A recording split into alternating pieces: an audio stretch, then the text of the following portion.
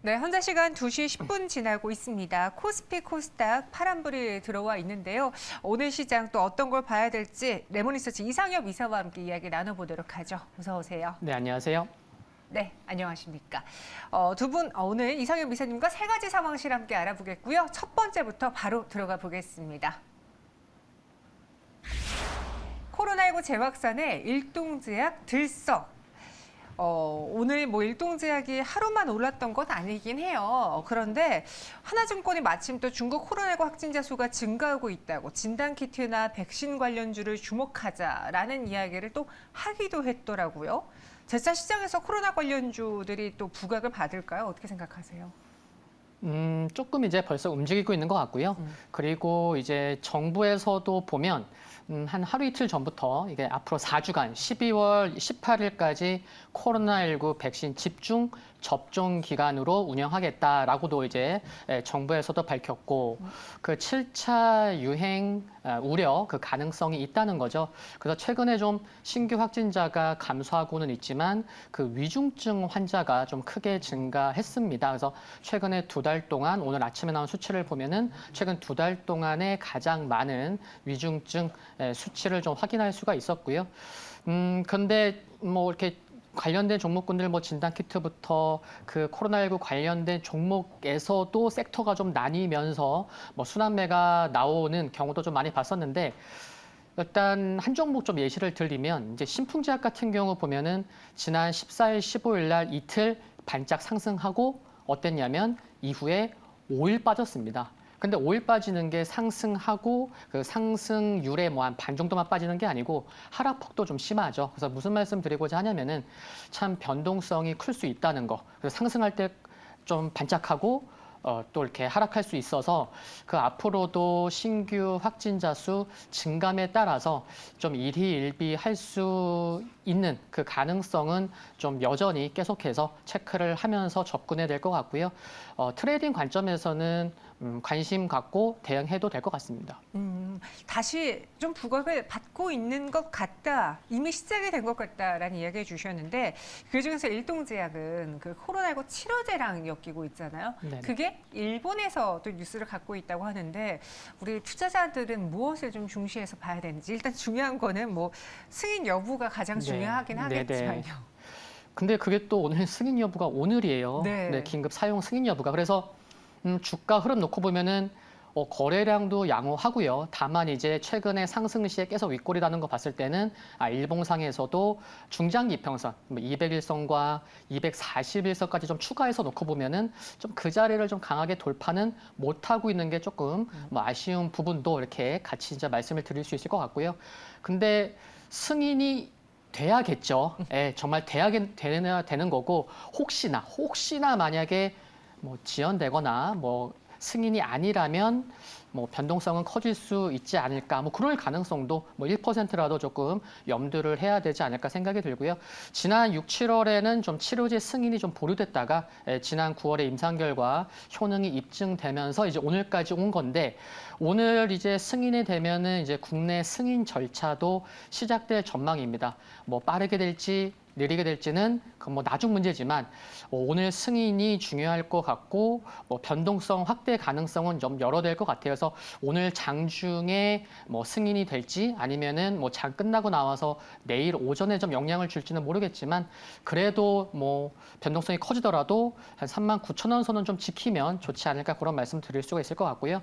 최근 조금 이렇게 좀 반짝 움직인다. 그러면 최근 고점이었던 44,200원은 좀 강하게 돌파하는 그런 흐름이 나오면은 더욱 좋겠다라는 말씀도 함께 드립니다. 네, 일본 후생성이 오늘 오후 5시부터 7시까지 온라인을 통해서 약사 식품위생심의협의회를 개최하고 조코바의 긴급 사용 승인 여부를 논의할 예정이라고 합니다. 네, 온라인에서 한다고 하더라고요. 네, 그러니까 오늘 저녁쯤에 결과가 날 테고 그래서 지금도 이미 오늘 장중에 10% 올랐다가 현재는 3.5%만 상승하다가 변동성이 큰 상황이에요. 개인적으로 이런 재료가 나올 게 뻔히 보이는 종목이잖아요. 네네. 안 좋게 나올 수도 있고 좋게 나올 수도 있고 이거를 재료 소멸로도 볼 수 있고 워낙 그 앞을 내다보기 어려운 상황에서 개인적으로 이사님은 이 종목을 어떻게 대응하시겠는지 만약에 너무 이 종목이 불안하다면은 다시 주목받고 있는 코로나19 관련주 중에서 눈여겨볼 만한 종목이 따로 있을지 궁금하네요. 네, 이제 일정 매매 차원으로 또 이제 한 종목이 또 생각이 나는데 네. 그 재벌집 막내 아들, 네, 레몽랜이 좀 올랐죠. 지금 시청률이 좋아서. 맞아요. 근데 이런 경우는 그래 중국에서 OTT, 그래 좀 개시되면서 좀 분위기가 모이다 보니까 재료 노출이 있어도 좀 더 이렇게 상승할 때도 있지만 재료 노출로 인해서 그 당일부터 좀 하락을 시작하는 종목군들도 매우 많거든요. 그래서 비중이 많지 않으셨으면 좋을 것 같고, 그리고 정말 나는 이 재료를 노리고 들어갔었다, 저점에. 그러면은 재료가 나오기 전에 일부 매도, 또 재료가 나오고 나서 일부 매도. 이렇게 하는 게 사실 정석이긴 하죠. 그리고 이제 오늘 저녁에 이제 결과가 나오고 뭐 승인 통과 여부, 그럼 내일 오전에 뭐 이렇게 변동성 이제 확인할 수 있을 것 같은데, 변동성이 확인되더라도 좀 39,000원은 좀 지켜야 향후 기대감도 가질 수 있을 것 같습니다. 그래서 한 줄 평은 승인 후 변동성 확인 중요하다라는 말씀을 드리는 거고, 왜냐면은 뭐 윗꼬리 달고 뭐 종가 뭐 저렇게 낮게 하고 뭐 거래량 터지면은 향후 좀 기대감이 좀 줄어들 수 있잖아요. 그래서 내일 변동성이 크더라도 좀 39,000원 선은 좀 지키면 좋지 않을까, 그런 말씀 드릴 수 있겠고요.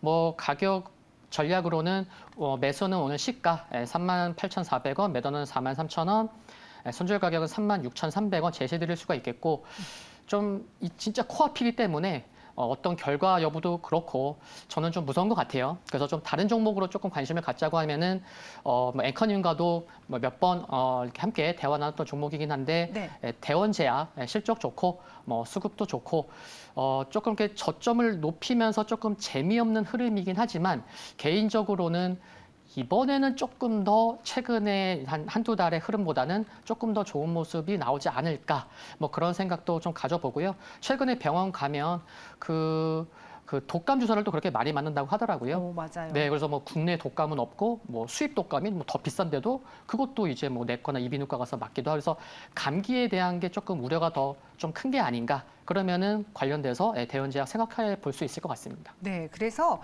일동제약이 좀 어려우신 걱정되는 분들에게는 대원제약이 어떻겠느냐라는 대안주를 또 드렸습니다. 승인 후 변동성 확인이 가장 중요하다. 그리고 저희가 그 변동성에 대해서는 절대 예측할 수 없는 시기잖아요. 네네. 그렇기 때문에 그냥 열어두고 여기서 이런 노하우 정도로만 정리를 해봐야 될 것 같습니다. 일동제약 알아봤고요. 두 번째 상황실 만나보시죠. 날개 꺾인 주가, 바로 제주항공 이야기입니다. 오늘장 항공주, 특히나 뭐 제주항공이라던가 진에어 등의 주가 하락이 눈에 띄던데요. 뚜렷한 이유가 있었습니까? 여러 가지 좀 살펴볼 만한 이슈는 있는 것 같습니다. 미국 증시, 오늘 새벽에는 미국 증시에서 항공주들이 크게 하락한 건 아니지만 전반적인 약세를 보였죠. 뭐 유나이티드 항공, 델타 항공, 아메리칸 항공 등 이제 모두 약세를 보였고, 또 지금 항공주들은 환차손에 매우 취약하죠. 근데 환율 보시면 오늘까지 5일 연속 상승하고 있습니다. 이런 것들이 좀 투심 약화되는 부분이라 생각이 들고, 환차손에 매우 취약하다 보니까 아시아나항공조차도 올해 1분기, 2분기, 3분기 모두 순이익 적자 기록하고 있거든요. 그래서 이런 거. 그리고 세 번째는 중국 코로나19 확산세가 또 투심을 약화시키는 것 같습니다. 그 에이펙에 참가했어서 이제 옆에 앉았었던 뭐 장관이 확진받으면서 이제 시진핑 주석까지 지금 뭐 격리하고 있다는 그런 소식도 들리는 것 같고요. 그리고 제주항공 같은 경우는 지난 8월에 대규모 유상증자를 했고 이제 상장됩니다. 그래서 이틀 후에 그 상장 물량 우려 때문에 다른 항공주보다 좀 더 약세를 보인다고 말씀드릴 수 있을 것 같고요. 네. 아니 근데 저희가 앞서 그런 이야기 했잖아요. 날개가 꺾였다라는 표현을 했는데 항공사들의 거는 기대는 이전부터 컸어요. 그리고 실망도 컸었고요. 근데 최근에는 좀 달라지겠지라고 기대할 수밖에 없었던 게, 일본 여행객이 한 달 새에 2배로나 껑충 올랐다고 하고, 실제로 노선도 다시 또 운행이 되고 있고, 경기 침체 미국 항공주들은 오히려 실적이 잘 나와서 웃고 있다고 하는데, 네. 왜 국내 시장 안에서는 대한항공의 실적만 좋고 또 심지어 대한항공마저 주가가 왜 오르지 못하는지, 네. 왜 국내 항공주는 좀 다른 걸까요? 최근에 대한항공 사실 올랐었죠. 네. 네, 그래서 그게 이제 업황 기대감을 좀 이제 선반영했었던 것 같습니다.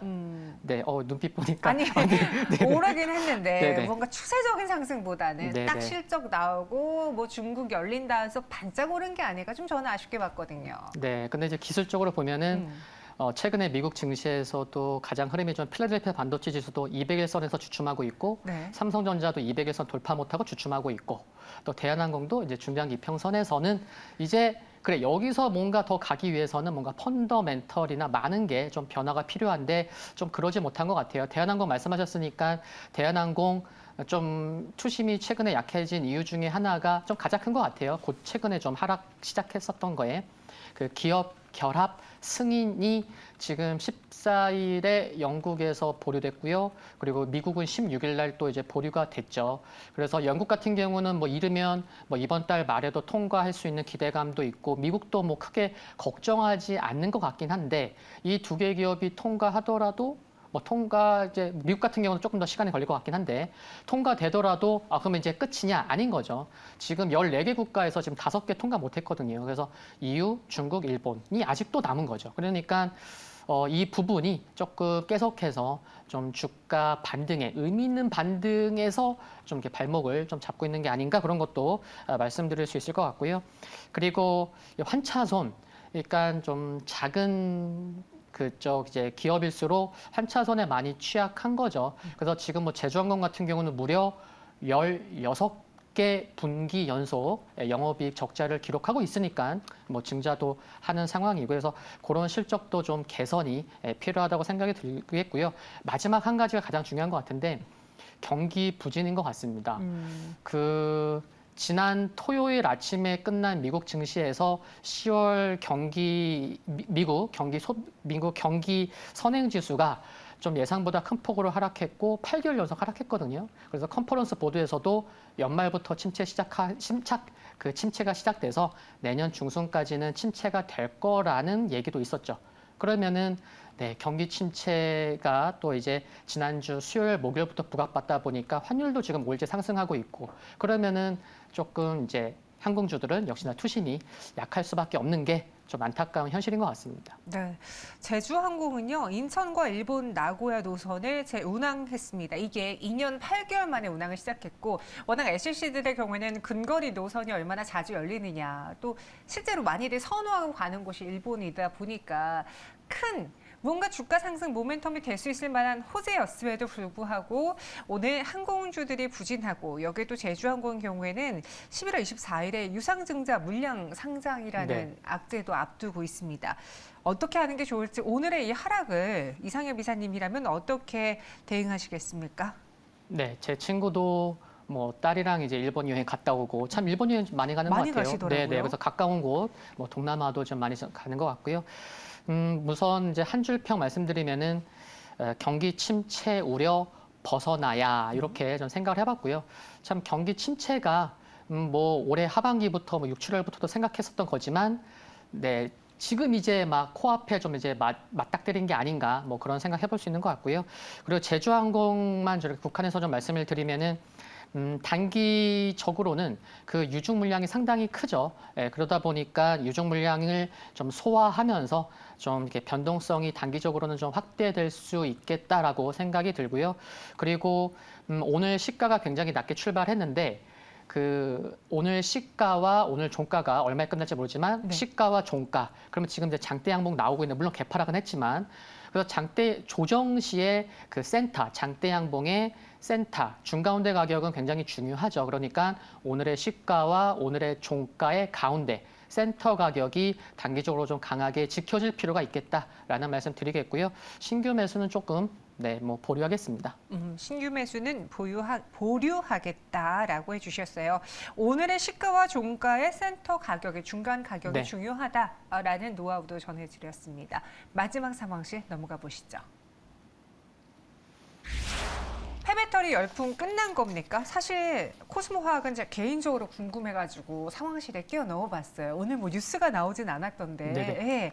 근데 최근에 2차 전지 안에서 리튬 관련주들은 끝날 줄 알았는데 끝나지 않았고 네. 오히려 폐배터리 주들은 왜 벌써 떨어지는 거지? 라는 생각이 들어서 오늘까지 이 코스모화학의 경우에는 6거래 연속 하락하고 있더라고요. 왜 페베터리 대표주들이 최근에 좀 밀리고 있는 걸까요? 네, 드릴 말씀이 막 머릿속으로 많이 스쳐 지나가는데 네. 그 대표적인 곡으로 이제 성일 하이텍과 세비캠이 있죠. 근데 이 두 기업이 네, 그 9월 중순 이후부터 맞아요. 이제 최근 한 2달 정도는 좀 횡보성의 흐름을 보이고 있는데 생각해 보면 이제 어닝 시즌이 9월 말 10월부터 좀 시작이 됐죠. 네. 그러다 보니까 그 전에 상장되고 많이 오른 부분도 있었지만 그래 상장되고 얼마 안 됐으니까 이번 어닝 시즌에 바로 실적 모멘텀까지 바로 부각받기에는 좀 어려운 부분이 있지 않았나. 그리고 이제 코스피 대형주로의 쏠림 현상도 있었고, 네, 그러기 때문에 조금 이제 흐름이 좀 약했었고요. 그리고 리포트도 이 두 종목 대표 기업인데 거의 안 나와요. 그리고 리포트가 있어도 목표가 제시 안 해요. 그래서 아직은 조금 이제 증권사에서도 커버하면서 뭔가 좀 강하게 얘기하기에도 좀 어려운 그런 좀 시점이지 않나. 그런 이제 입장 바꿔서도 좀 생각을 해봤고요. 그리고 이제 대표적으로 또 한 종목 말씀드리면 에코프로 같은 경우 10월 달에 고점이었는데 10월 고점부터 메이저의 매도가 집중되며 하락하고 있습니다. 그럼 최근에 한 달만 놓고 제가 뽑아봤는데 10월 21일부터 어제까지 그러니까 한 달인 거죠. 외국인이 870억 매도했고요. 기관이 무려 1000억 매도했습니다. 그러니까 거의 뭐 한 1900억을 네, 개인만 산 거죠. 그래서 그렇네요. 이제 좀 수급도 좀 꼬인 부분이 있어서 상대적으로 좀 페베터리는 좀 이런 뭐 수급적인 것도 그렇고 좀 여러 이유가 있었던 것 같습니다. 말씀해 주신 것처럼 에코프로, 성일하이텍, 세비캠, 코스모 다 봤는데 그중에서 유독 좀 단기간에 낙폭이 확대된 거는 코스모 화학 같다라는 생각이 지금 차트 보면서 들었거든요. 네. 무엇 때문인지 보니까 코스모 신소재도 같이 좀 비슷한 차트 흐름을 보여주고 있어요. 근데 아시다시피 코스모 신소재의 경우에는 3분기 실적 좋았고요. 코스모 화학의 경우에는 폐배터리 투자가 완료됐다라는 뉴스가 최근에 있었음에도 불구하고 이 두 종목이 왜 이렇게까지 추세가 급격히 반전된 건지 네. 이것도 정말 단순히 많이 올라서 이거 하나뿐일까요? 네, 이제 수급 관련된 얘기는 조금 이제 이후에 말씀드리겠고, 네. 코스모 화학, 네, 3분기 실적 다른 기업들과 비교했을 때, 굉장히 실적 많이 좋았었잖아요. 근데 코스모 화학은 영업이익이 네, 오히려 전년 동기 대비 하락했죠. 네, 2.4%, 2.41% 하락했어서 실적도 조금 아쉬운 부분이 있었다라는 말씀 드리겠고요. 수급 말씀드리면은 코스모 화학의 고점이 10월이 아니고 9월이었는데 9월에 그 전에 기관이 7, 8월 달에 많이 샀어요. 116만 주 매수하고요. 고점이 나왔던 9월에는 59만 주 매도했습니다. 2개월 동안 산 거를 한 달 동안에 반을 팔았어요. 그러니까 좀 약간 주가는 좀 주춤할 수밖에 없었겠고 11월도 좀 매도가 나오고 있는 상황이고요. 그리고 2차 전지하면은 그래도 좀 뭐 매매를 하지 않건 하건 LG엔솔을 보게 되는데 LG엔솔 상장하고 연기금이 정말 꾸준히 매수 많이 하면서 5조 원 이상 매수를 했었는데 최근에 연기금이 크게 매도한 건 아니지만 네. 60만 원 되니까 네, 연일 매도하고 있습니다. 그래서 오늘까지 8거래일째 매도하고 있는 게 뭔가 조금 좀 깨림직하죠. 대표주인데. 그리고 에코프로 BM과 LNF도 약세를 보이고 있다는 게 좀 투심에 좀 안 좋은 것 같은데 에코프로 BM과 LNF는요, 최근에 기관의 매도도 나오고 있지만 공매도 비중을 말씀 안 드릴 수가 없는 것 같습니다. 그 11월 1일부터요, 11월 16일까지 보면은 이때 에코프로 BM과 LNF의 공매도 비중이 각각 10.5, 9.2였어요. 근데 11월 17일부터 어제까지의 공매도 비중은 에코프로 BM이 30% 증가했어요. 그래서 10.5에서 13.3이 됐고 LNF는요 무려 9.2에서 19.8, 무려 2배가 증가했습니다. 그래서 에코프로 BM이 LNF가 좀 더 하락폭이 큰 게 아닌가. 그래서 저도 이거 좀 확인해 보고선 야, 이거 한 30% 증가할 수 있거든요. 근데 야, 요 사이에 거의 한 2배가 증가했어? 그러면 말 다 한 거죠. 그리고 에코프로 BM 같은 경우는 단기 쌍봉 흐름이었고요. 또 LNF는 고점이었을 때 추세 상단이었죠. 그러니까 결론적으로 말씀드리고 싶은 거는 기관들이요. 지금 연말을 앞두고 정말 적극적인 수익률 제고 차원에서 매매를 하고 있다는 게 좀 수급에서도 그렇고 뭐 공매도에서도 여실히 드러나는 것 같기 때문에 이렇게 좀 이쪽으로 좀 매매를 좀 관심이 많으신 분들은 정말 공매도랑 수급 철저히 체크하셔서 당분간은 좀 트레이딩 관점에서 좀 매매를 해야 되는 게 좋은 게 아닌가 그런 생각이 듭니다. 이렇게 공매도로 인해서 어느 정도 가격이 좀 올라가 있는 이들 종목들이 더 단기간에 추가 낙폭이 좀 나오는 것으로 이 수급의 영향을 좀 많이 받은 것으로 보여집니다. 그럼 이 코스모 화학의 경우에는 또 그 외에 폐배터리 주들의 경우에는 어떻게 하는 게 좋을지 저는 개인적으로 리튬 그래 가격 오르는 거 알겠어. 근데 지금 국내 시장에서 리튬 관련주가 정말 돈을 많이 벌어들이는 종목이 있을까라는 데 의구심을 갖고 매번 접근을 하지 않았거든요. 네네. 근데 오히려 그런 종목들은 시세가 막 분출되고 그래 폐배터리는 이제 좀 볼 때가 되지 않았나? 한 1년 정도 기다려보자 싶었는데 근데 또 벌써부터 추세가 좀 밀리니까 들어가지 말아야 되나 고민이 좀 싶은 상황이거든요. 네. 폐배터리 관련주 지금은 어떻게 해야 됩니까? 오늘 좀 어느 정도 일정 부분 또 하락이 나온 현 시점에서 지금 사도 괜찮겠습니까? 뭐 지수 영향도 좀 받을 수 있겠지만 조정 시에는 좀 관심 필요할 거 생각이 들고요. 한 줄 평은 폐배터리 조급함 없는 매수 전략 이렇게 생각을 했었고요. 그리고 코스모학 앵커님께서는 관심 많다고 말씀하시는데 중요한 일정을 하나 말씀드리면은 그 폐배터리 울산 폐배터리 공장이 내년 4월에 시운전 예정에 있습니다. 코스모 화학이 폐배터리에 굉장히 진심이거든요. 작년 8월에 300억 투자했었고요. 올해 6월에 159억 추가 투자할 정도로 정말 진심이죠. 그러다 보니까 내년 4월에 시운전 예정에 있어. 그러면 좀 중기적으로 봤을 때는 그래 시운전 하기 전에 조금 뭐 1분기에 좀 모아갈 수 있는 그런 전략도 중기적으로 생각해 볼 수 있을 것 같고요. 가격적으로는 지금 뭐 시장도 그렇고 앞에서 말씀드렸던 2차 전지 조금 보수적인 그런 흐름이 수급이 나오고 있기 때문에 매수 가격은 현재 121선에 위치해 있는 가격 뭐 조금씩 올라오곤 있겠지만 현재 가격으로만 보면 한 28,000원 그래서 거기 사갖고 목표가는 만약에 사신다고 하면 한 7% 목표 수익률 잡고 손절 가격은 한 5% 그래서 짧게 좀 대응할 그런 필요가 있지 않을까 생각이 들고요. 그리고 물론 폐배터리에 저는 관심주는 역시나 성일 하이텍을 계속해서 좀 관심을 갖고 있고요. 한국뿐만 아니라 해외 포함해서는 8곳 공장이 있고 또 내년에는 7,000톤 규모의 수산화 리튬 공장 국내 구축될 예정에 있거든요. 그러면은 올해보다 지금은 힘들지만 올해보다는 좀 내년에 조금 관심이 좀 더 필요한 게 아닌가 싶고 그러면은 코스모학 일정도 좀 참고하셔서 조금 시장에 뭐 조정 나올 때마다 그런 생각입니다. 그럼 여기서 목표가가 지금 7%의 수익인 거는 내년 시운전을 기다리고 조급하지 않게 모아가는 그 전략과는 좀 다르게 현재 구간에서 단기적인 관점에서. 단기적인 관점에서 그렇게 대응하고 나는 정말 길게 볼래 하는 분들은 4월에 시운전이 있으니까 그 전에 1분기부터 조급함 갖지 말고 그냥 꾸준히 접근을 해보시는 게 어떻겠느냐라는 전략 세워드렸습니다. 네, 세 가지 상황실 함께 봤고요. 이상형 비사님 인사드릴게요. 고맙습니다. 네, 감사합니다.